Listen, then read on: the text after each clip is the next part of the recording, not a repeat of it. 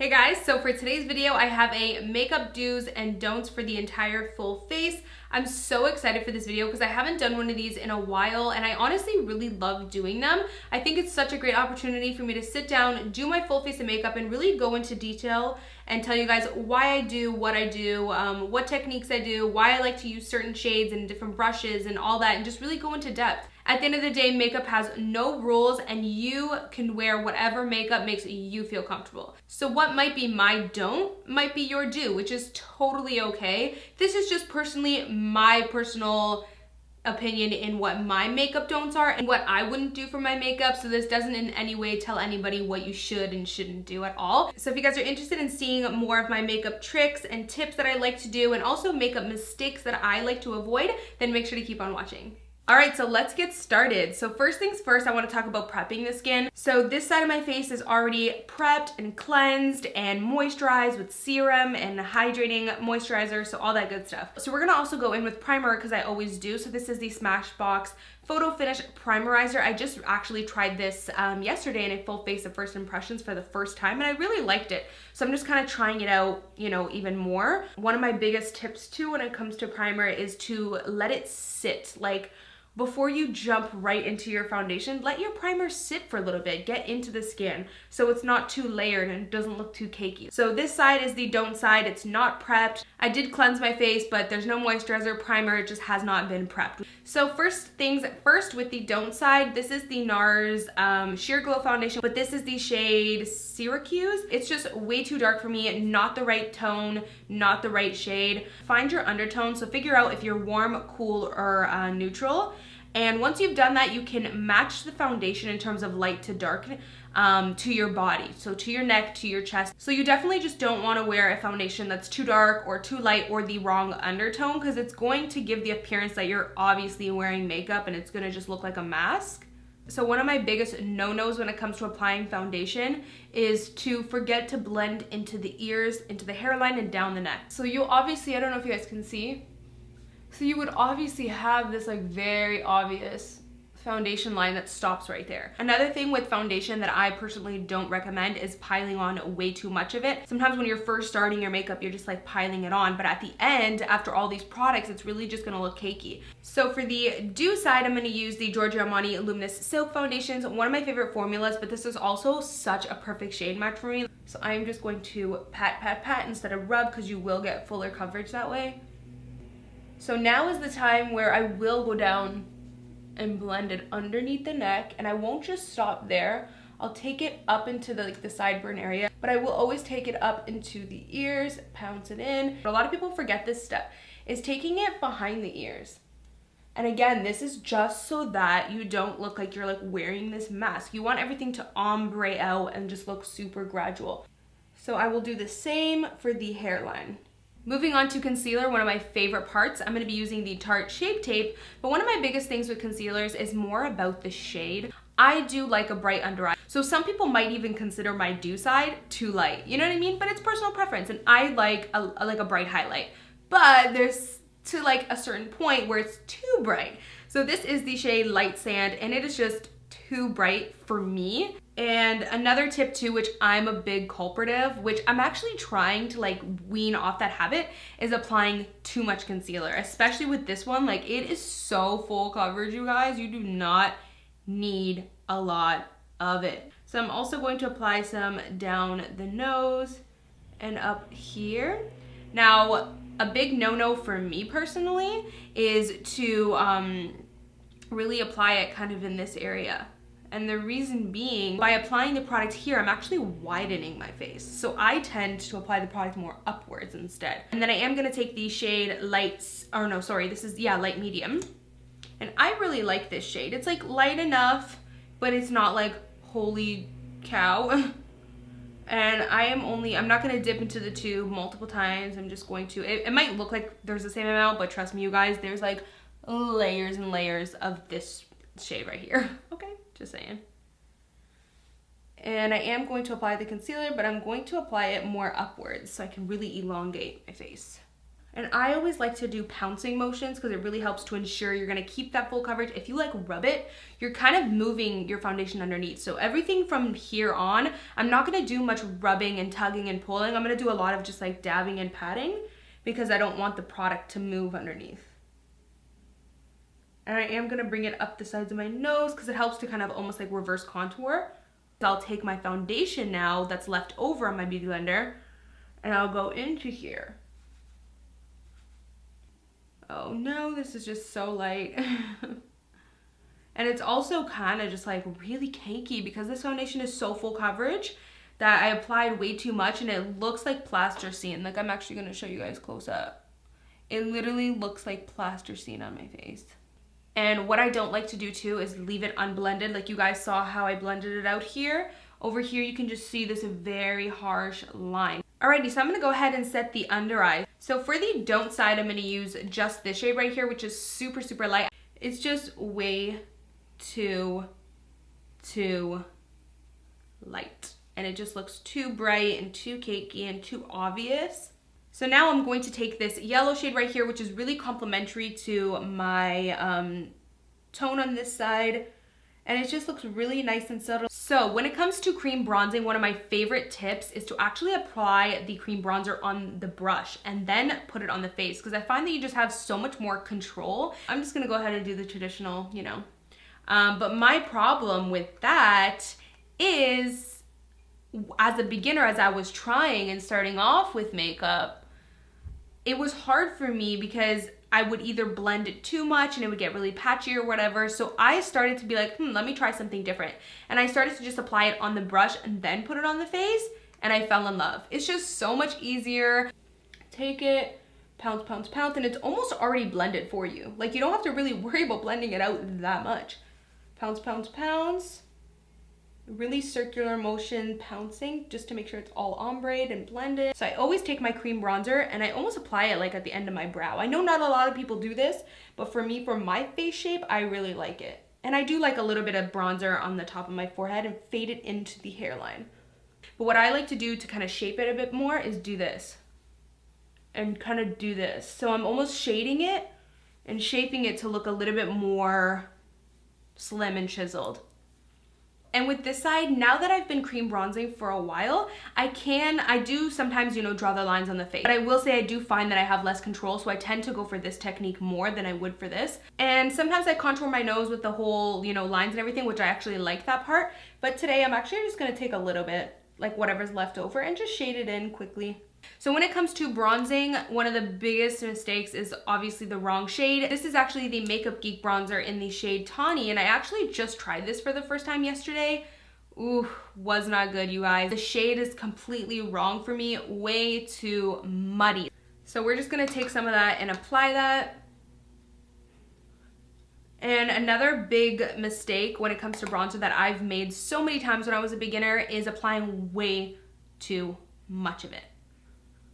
And when it comes to contouring, especially if you are a medium skin tone, the worst thing you can do is choose a contour that is too cool tone. So definitely when you contour, you need a shade that is more neutral to cool. But when it's way too cool, ooh, it doesn't work. So this is the MAC blush, I believe. Yeah, blush in the shade Harmony. I love the formula of this too. So I'm actually gonna take a little bit of this. It's gonna look way too light and too pinky. It might not even show up. Yeah, it might not even show up on camera, but it is just too ashy. So I'm gonna pick up the L'Oreal Glam Bronze. This is super pigmented, so I'm only gonna use a light hand, and I always tap off the excess. It's like one of my biggest tips. I literally just graze the top of it, especially when you've cream bronze and you have your foundation on underneath and everything, because the biggest problem you can get is if you use too heavy of a hand, you will move your foundation underneath because you're like, you know, you're pressing down too hard. So just feather it on top. So now with the Hoola bronzer, again, you don't have to apply a lot. I'm actually gonna take that and pounce some of that off. One of my favorite ways to contour is really take that and take this brush, and I don't do it like this in a straight line because then it just looks weird. It looks like you have like a straight line. I take it and I tilt it a little bit. And again, with a light hand, I will do these like thin oval motions. That way it's blending. So for the don't side, we're gonna use a blush that is just way too bright in my opinion. I mean, this is a really pretty blush. You can make it work. So for me, one of the biggest no-nos for a blush that's this pigmented and this bright is to apply just way too much of it. So I know a lot of the times back in the day, they used to say smile and apply the blush right on the cheeks. For me, that's like such a big no-no because I have a rounder face. So if I do that, I'm just accentuating my rounder cheeks. So smile and apply it on the apples apparently. Oh, because that looks so cute, right? Like totally. That looked like so flattering on me. So for the do side, we're gonna take the Too Faced Love Flush I Will Always Love You blush. I love this blush because it's such a pretty flattering shade for my skin tone. It's not too pale, it's not too dark. It's very like natural looking. So I'm just gonna take some and instead of applying it on the apples here, because we don't wanna accentuate the rounder cheeks, I will start up here. So instead of starting here, just take it up here right in the corner of your eye and just dab, dab, dab, bring it up. Dab, dab, dab, bring it up. So for the don't side, I would say that one of my biggest like no-nos for me personally with highlight is definitely the shade. So these are the shades that for me, when I'm tan, like I stay away from these shades because they're just way too pale, especially this shade. This is the shade Pearl. This is also Opal. I just can't get away with Opal. It's too ashy looking on my skin, way too cool tone. But if you are, like I used to love the shit out of Opal. It used to be my jam. When I didn't self-tan, this was bomb. So what I'm actually gonna do is apply some of Opal first and then Pearl. For me, I try to stay away from applying way too much highlight. And again, this shade is just way too ashy for me.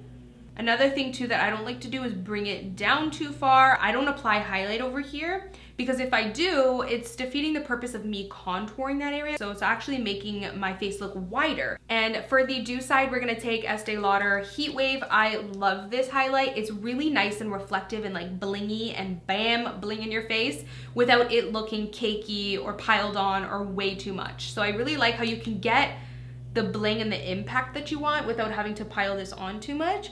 So I usually just start at the top here and I just fluff it in, just in these back forth motions. And you see how you get that bling that you want?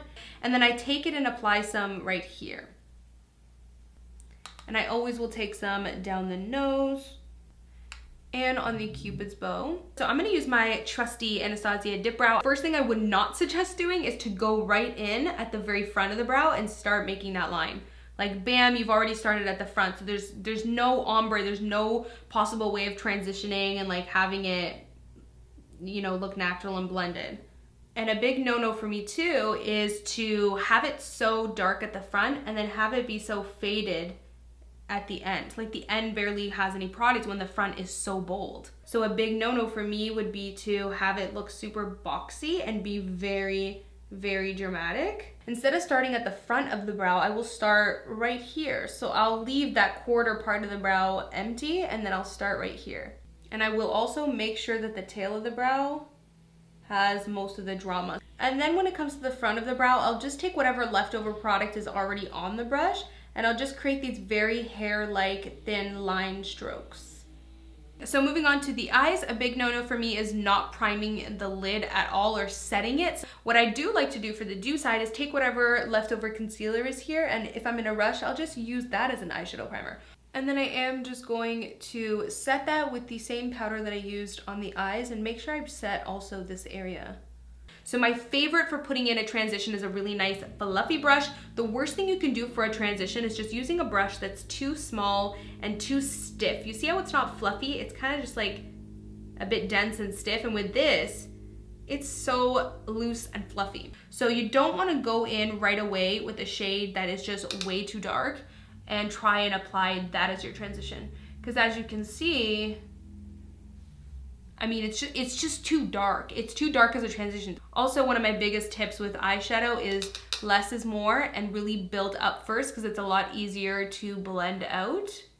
So I'm just gonna take the shade Caramelized with a really nice fluffy brush. And first thing I'm gonna apply is a transition shade because this is gonna help the darker shades have something to fade right into. And I'm also gonna take a little bit, or sorry, I didn't take the shade Caramelized, I took Candied Peach. And now I'm gonna take the shade Puree, and I'm just gonna use a very light hand, like super light hand. And I'm just going to fluff that in. And now I will show you guys that I will now pick up that same brush I just used, take puree, mix it with a little bit of Summer Yum, tap off the excess, always my biggest tip, and then now I will put that into the crease because now it'll have something to blend into nicely. So just go on the edge of where you applied that shadow to make that shadow meet the transition. So I'll always take the fluffy brush and keep going back in with it, especially on these edges, just right on those edges there, just to make sure they blend into your foundation, into your skin tone. So I'm actually gonna keep this eye look super duper simple. I'm gonna mix these shades Candied Peach with Nectar and Georgia. And I'm just going to pat that right on the lid. And because this isn't a cut crease, I want these shades to almost marry each other. I'm gonna take that same brush that we used for the crease and just go ahead and blend with no product on. Now again, you don't wanna take too much product and you don't just want to like pat it on without even bothering to blend any of those lines. So I'm gonna take the shade Burnt Orange from the Modern Renaissance palette and just apply that underneath the eye. And I'm also gonna mix it in with actually a little bit of Candied Peach. So just taking Burnt Orange and smudging it on the bottom, it's gonna look super unblended and just way too harsh because this brush has harsh edges and there's no fluffiness to it. It's just way too dense. And then again with that big old fluffy brush, this is like a staple. This is the Sigma E40, but also the Morphe M504 is like a perfect dupe for it because I know the new Sigma E40 is not as fluffy anymore. So I would just get the Morphe dupe. So for today, we're gonna be using the Esquito lashes in Celestial. I'm just gonna clean them really quickly. Actually, you know what? A don't would be to not clean your lashes. So as you can see, I actually just used this pair of lashes yesterday and they have like leftover glue on them. So for the do side, I'm definitely going to take it and remove the glue. You can use alcohol and like really soften up the glue or anything, but what I just do is tightly hold the lashes part, take my little tweezer, and I'll just pull and pick at the glue and it honestly comes right off. All right, so they're not perfectly clean now, but here you go. I've just removed all the glue and as you can see, the lash band is gunk free. So this is my favorite lash glue. This is the House of Lashes lash glue. I always give it a good little shake. What I love about this lash glue is all you need to do is pop it out once and it gives you the perfect amount for most lashes. So I like to go ahead and take the lash band and just apply some right there and you don't need a lot. A big no-no for lashes is not letting the glue dry in time because if you don't let the glue dry in time, it's actually just gonna wobble around and you're gonna have a hard time getting it to really stick in place. So as you can see, the glue is still white, so it is not dry. So when I go to try and put it on the eyes, it's really just gonna wobble around and you're gonna have a hard time really sticking it into place. There's like this fine line. If you let it dry too much, it's not good, but then if you don't let it dry enough, it's not good. So you get used to after practicing.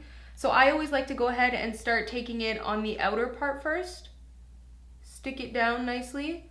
Focus on getting the outer part stuck where I want it. And then now I will go into the inner corner and I'll get that where I like it.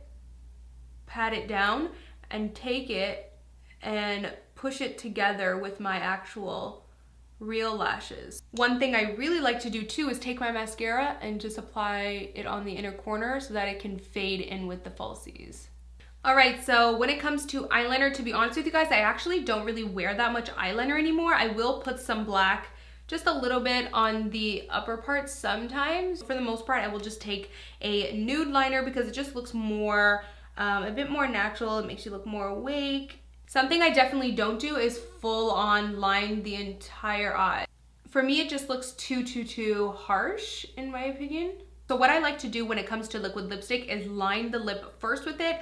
And when it comes to overlining, I do overline my lips, but I just try not to overline. I try not to overline them. So a big no-no for me is overlining the lips too obviously by just overdoing it. And another no-no for me is using a liquid lipstick nude that is too pale. So a must for me is applying a setting spray. Like this really helps to uplift your makeup, make you look super natural. So I'm gonna use the Too Faced Hangover Spray. So I'm just gonna do it to the side of my face, the dew.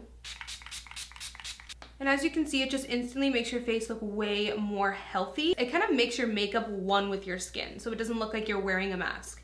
Alright guys, so hopefully you enjoyed watching this video. I personally had so much fun. It's just really fun to sit down, chit chat, and just go more into depth about the makeup that I do and why I do certain techniques and why I use certain brushes, etc, etc. So as always, thank you guys so much for watching, and of course I will see you guys in my next video. Bye guys. Mwah.